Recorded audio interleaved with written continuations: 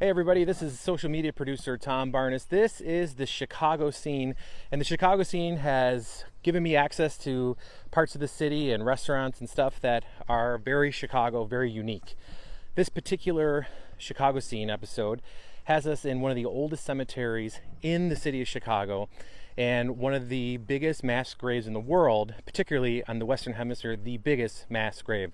I am in the Greater Grand Crossing neighborhood at Oakwood Cemetery, and I have a friend of mine, Jessica, who wrote Secrets of Chicago. And hi, Jessica. Tom. You wrote a story, or a part of your story, about this particular area. Why don't you explain where we're at and the significance of it?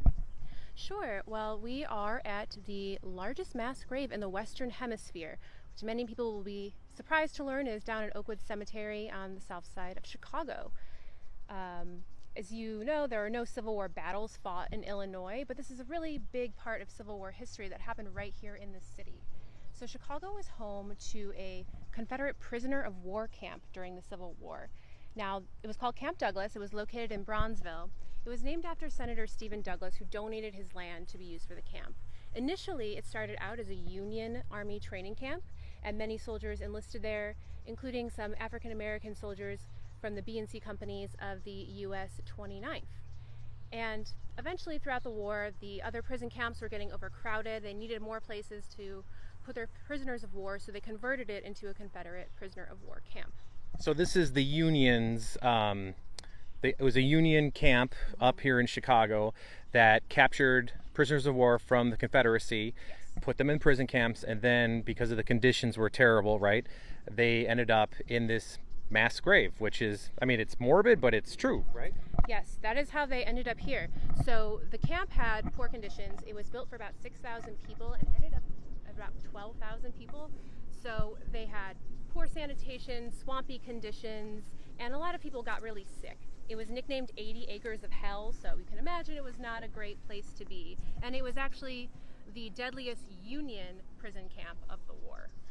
Man, I mean, that is some morbid history, and I think it's the kind of history that most people don't even know about that happened here in Chicago. I mean, it's an impressive memorial, and it kind of is a stark reminder to the past.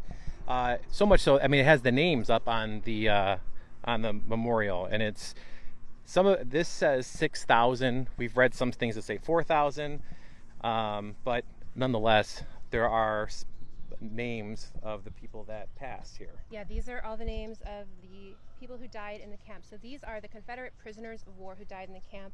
Over there, we just saw the graves of Union guards at the camp who were unknown who died there. So we have Confederate and Union soldiers here buried side by side on the south side of Chicago. And it just, I'll just take a look here. And when you look around, I mean, it's a bustling area around us on the south side of Chicago, and this is very much a serene atmosphere, and they are paying homage to the time that this was built with. I mean, there's cannons behind us, and then there's even a wall or a monument of cannonballs. I mean, yes, I believe the cannons and the cannonballs were donated by the War Department, and they also have a cenotaph or a marker that's dedicated to Southerners who stood with the Union during the war. And there's other notables that are buried in the cemetery. I mean, there's a lot of Chicago and world significance in this cemetery. Why don't you mention some of them again? Yeah, sure. I think this is a difficult chapter of history to confront for many reasons, but Camp Douglas was located in present-day Bronzeville, which of course became a prominent commercial and cultural center of African American life. So there's this juxtaposition that's pretty challenging there.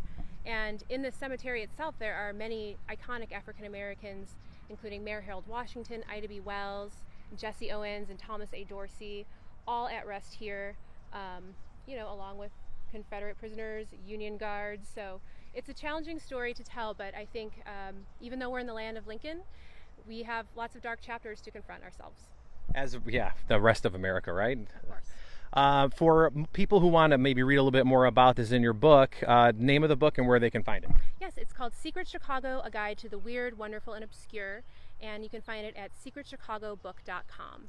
Well, thank you, Jessica. I'm going to swing this back this way. If you have something that you would like to see on the Chicago scene, let me know. tbarnas@wgntv.com. Thanks for watching, and hopefully, well, let me put this back this way. Hopefully, you learned something that you didn't know about Chicago. Thanks, Jessica. Thanks, Tom. Yep.